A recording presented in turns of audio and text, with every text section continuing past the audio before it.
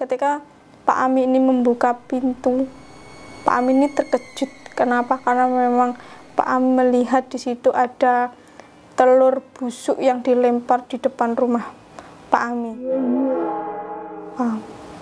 Kemala ini berteriak, "Pocong!" gitu. Pak Ami melihat ada seekor ayam yang berwarna hitam, dari mata, kulit, sampai bulunya itu tertancap di sawah Pak Ami. "Nyawa kamu sudah di tangan saya, kamu akan mati."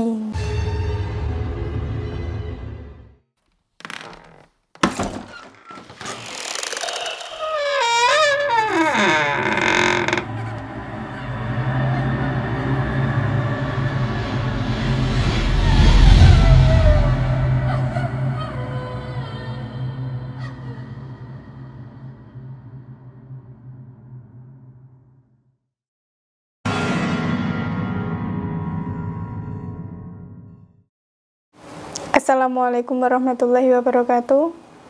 Selamat malam teman-teman Untung Direkam. Malam hari ini saya akan membawakan sebuah cerita yang berjudul Santet Tali Gaib. Santet ini dialami oleh namanya Pak Ami. Pak Ami ini adalah seorang petani. Pak Ami ini tinggal di salah satu desa di Cirebon. Nah, Pak Ami ini mempunyai satu istri dan satu anak. Istrinya bernama Bu Sari dan anaknya bernama Kemala.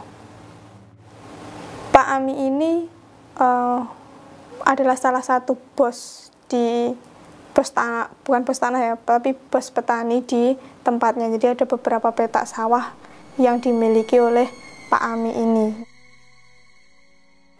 Pak Ami ini mempunyai tetangga sawah, namanya Pak Adi. Setelah sholat subuh, Pak Ami ini berangkat menuju ke sawahnya. Setiap hari Pak Ami menuju ke sawahnya ini hanya mengontrol anak buahnya. Jadi melihat sudah dikerjakan apa saja, seperti sudah mencabuti rumput liar, memberi pupuk, walaupun kalau gitu hanya melihat sudah diairi apa belum gitu. Nah, pada suatu hari Pak Ami ini mengetahui bahwa patok tanah itu antara sawah Pak Ami dan sawah Pak Adi ini berpindah tempat. Karena Pak Ami ini sering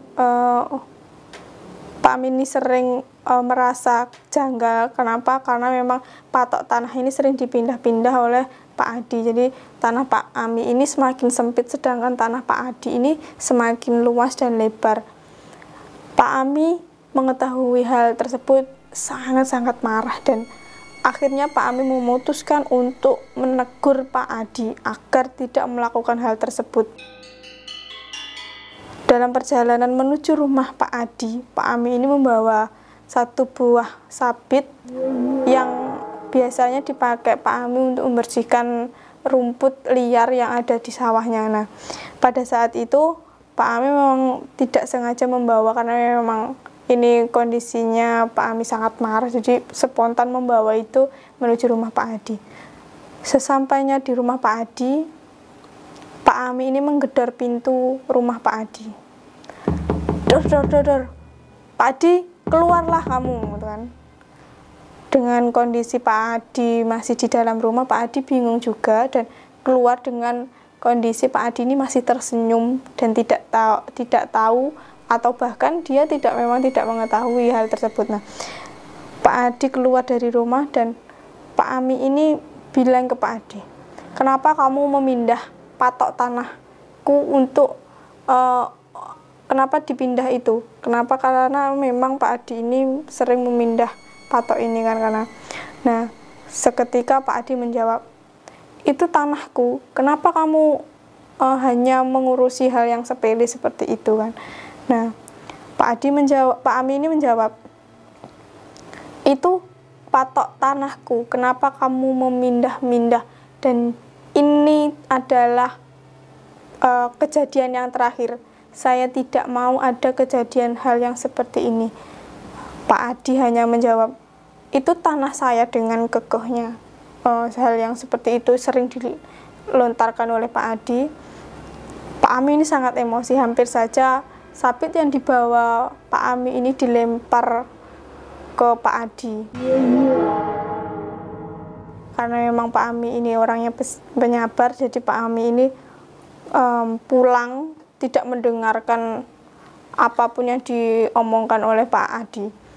Dalam perjalanan Pak Ami ini pulang, Pak Adi berteriak-teriak, kamu nanti tidak akan panen dan tidak akan menerima sedikit pun dari panen kamu, gitu kan.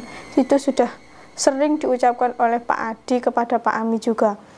Pak Ami pun berlalu dan Pak Ami menuju rumah untuk membersihkan dirinya, karena memang kondisi sudah mulai siang, sudah waktunya sholat zuhur juga.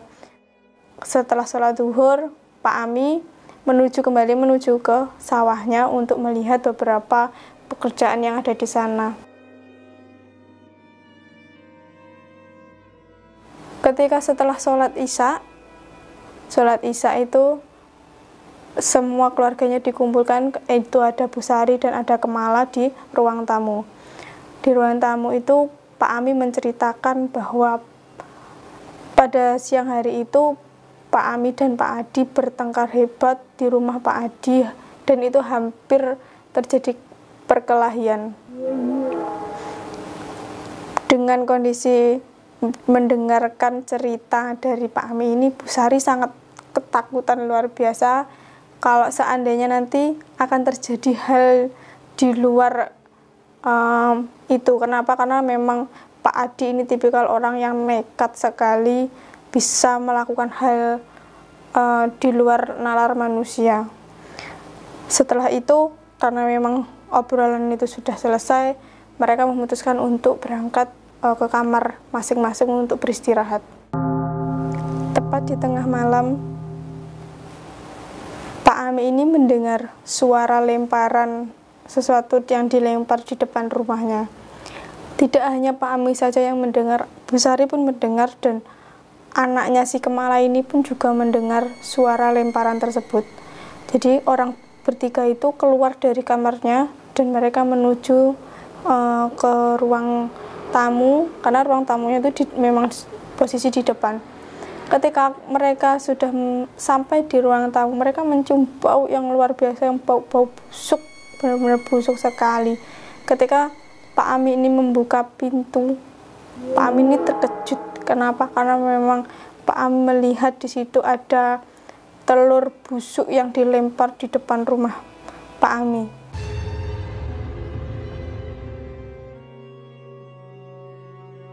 Pak Ami keluar untuk melihat siapa pelaku dari teror pelemparan telur tersebut. Pak Ami ini keluar melihat ke samping rumah, ke belakang rumah. Ketika Pak Ami ini sudah akan menuju ke depan rumah, Kemala ini berteriak, pocong, gitu.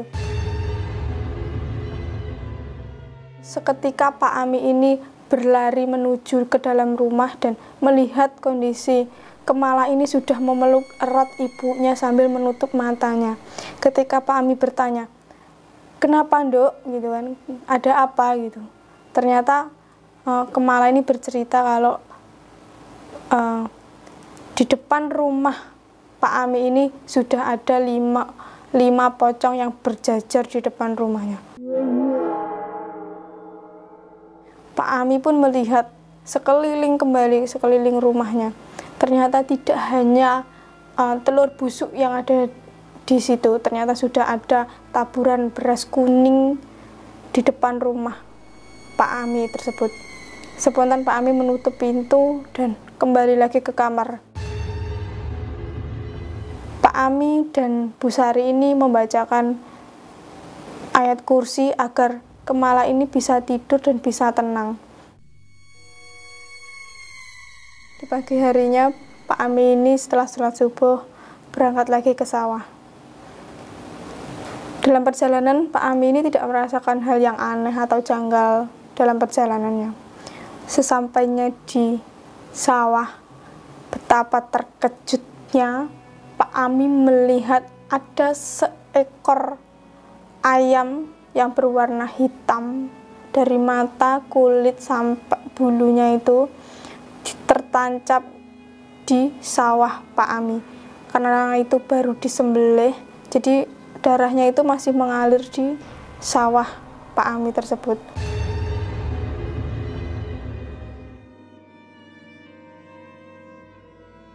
Spontan Pak Ami menuju ke rumah Pak Adi.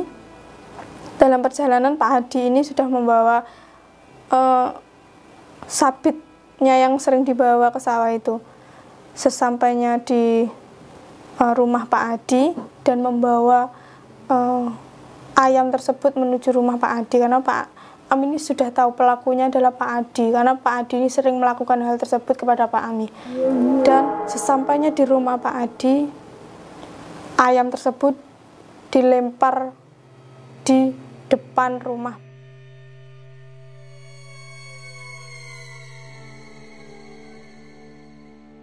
Pak Adi, keluar, jangan sampai kamu nggak keluar. Ketika itu Pak Adi keluar, dan Pak Adi juga terkejut juga, di bawah pintunya itu sudah ada ayam yang memang sengaja disembelih Pak Adi tersebut. Nah, kenapa kamu kesini? Gitu. Pak Ami menjawab, ini ulah kamu kan? Iya, kalau iya kenapa? Gitu kan. Dengan posisi yang Pak Adi ini tersenyum sambil tertawa juga, Pak Ami langsung bilang kepada Pak Adi, jangan ganggu saya dan jangan ganggu keluarga saya lagi. Setelah bilang seperti itu, Pak Ami ini langsung pulang ke rumah. Dan sambil dalam perjalanan pulang itu, Pak Adi berteriak kepada Pak Ami lagi, nyawa kamu sudah di tangan saya, kamu akan mati. Tapi Pak Ami ini tidak mendengarkan omongan dari Pak Adi ini, dan Pak Ami ini langsung menuju rumahnya untuk memang membersihkan badannya yang terkena darah ayam tersebut. Pada malamnya, seperti biasa, keluarga Pak Ami ini berkumpul di depan rumah atau di ruang tamu, dan mereka bercerita-cerita, dan Pak Ami lagi-lagi bercerita tentang seharian itu Pak Ami bertengkar dengan Pak Adi karena Pak Adi menyembelih ayam hitam dan menancapkan ayam tersebut di sawah Pak Ami. Dan Bu Sari kembali mengingatkan Pak Adi untuk selalu berhati-hati, dan Kemala pun kembali mengingat kalau dia kemarin malam itu mendapat teror dan melihat si 5 pocong tersebut. Jadi Kemala pun masih tetap mengingatkan bapaknya untuk tetap berhati-hati kepada Pak Adi.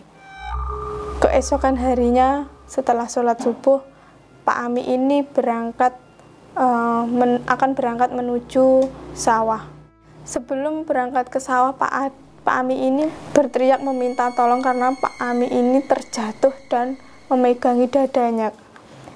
Dia berteriak, tolong, tolong, ibu, tolong bu. Karena di situ ada pekerja, dan pekerja itu langsung menuju ke Pak Ami dan membawa Pak Ami ini ke rumah sakit.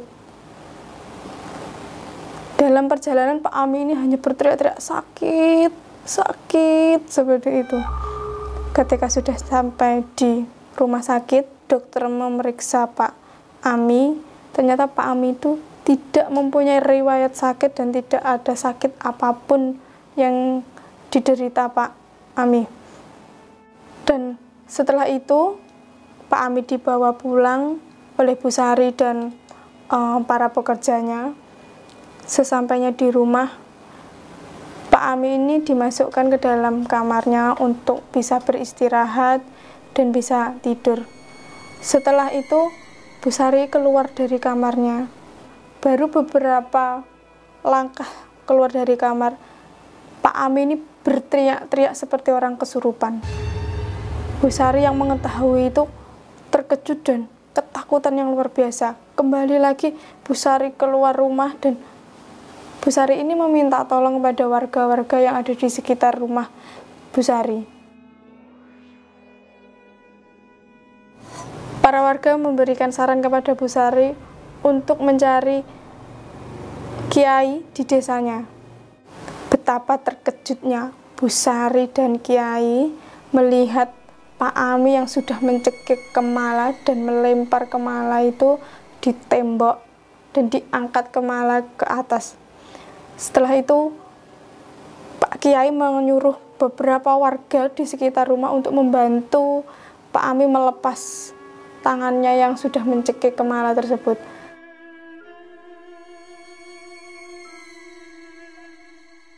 Warga membantu kemala untuk lepas dari cekikan Pak Ami, dan Pak Ami ini dibawa ke dalam kamar. Pak Ami ini diikat tangannya agar Pak Ami ini tidak keluar dan berteriak-teriak atau melukai orang yang ada di sekitar rumahnya. Pak Kiai mulai meruqyah Pak Ami agar si jin yang ada di dalam tubuh Pak Ami ini keluar. Ketika ruqyah itu dimulai, jin yang ada di dalam tubuh Pak Ami ini mulai bereaksi. Ketika ditanya, "Kamu ini suruhan dari siapa dan rumah kamu di mana?" Jin tersebut hanya mengeluarkan lidah dan hanya tertawa sembari tidak menjawab pertanyaan dari kiai tersebut. Kiai ini mengetahui siapa yang membuat ulah, kenapa kok bisa Pak Ami kesurupan dan beberapa teror berhari-hari tersebut. Ketika jin ini kalah, jin ini akan kembali kepada tuannya dan mengambil tuannya itu menjadi budak si jin ini, kata Pak Kiai. Sembari Pak Kiai ini masih meruqyah Pak Ami, dalam kondisi kesunyian tersebut, para warga yang ada di rumah Pak Ami ini mendengar suara adanya pengumuman kalau ada salah satu warganya ini meninggal dunia. Ketika warga ini bertanya kepada warga lain siapa yang meninggal, betapa terkejutnya warga ini bahwa Pak Adilah yang meninggal dunia.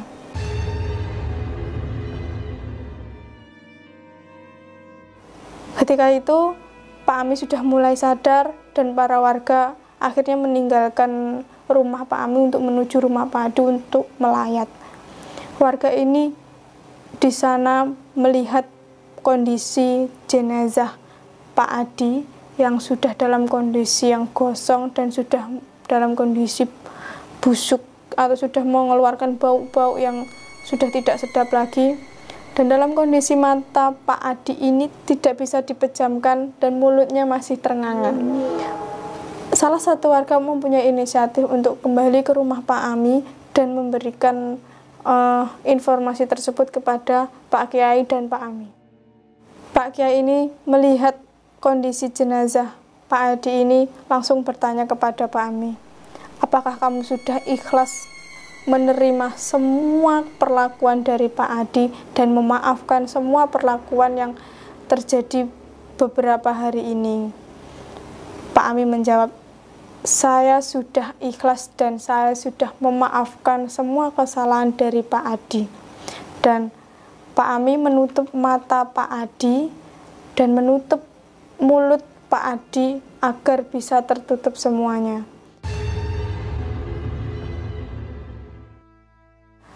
Singkat cerita, Pak Kiai dan Pak Ami dan para warga melakukan prosesi pemakaman Pak Adi selayaknya pada umumnya. Dan Pak Kiai menjelaskan bahwa santet yang dialami Pak Ami ini adalah santet tali gaib. Santet ini bisa mengendalikan orang yang disantet ini.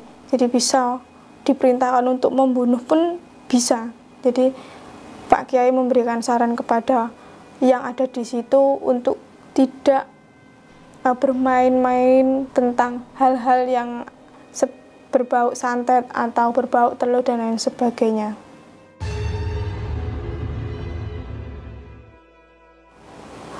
Mungkin itu cerita tentang Santet Tali Gaib. Buat teman-teman yang mempunyai cerita horor, bisa langsung kirim ke IG atau Facebook kami, Untung Direkam.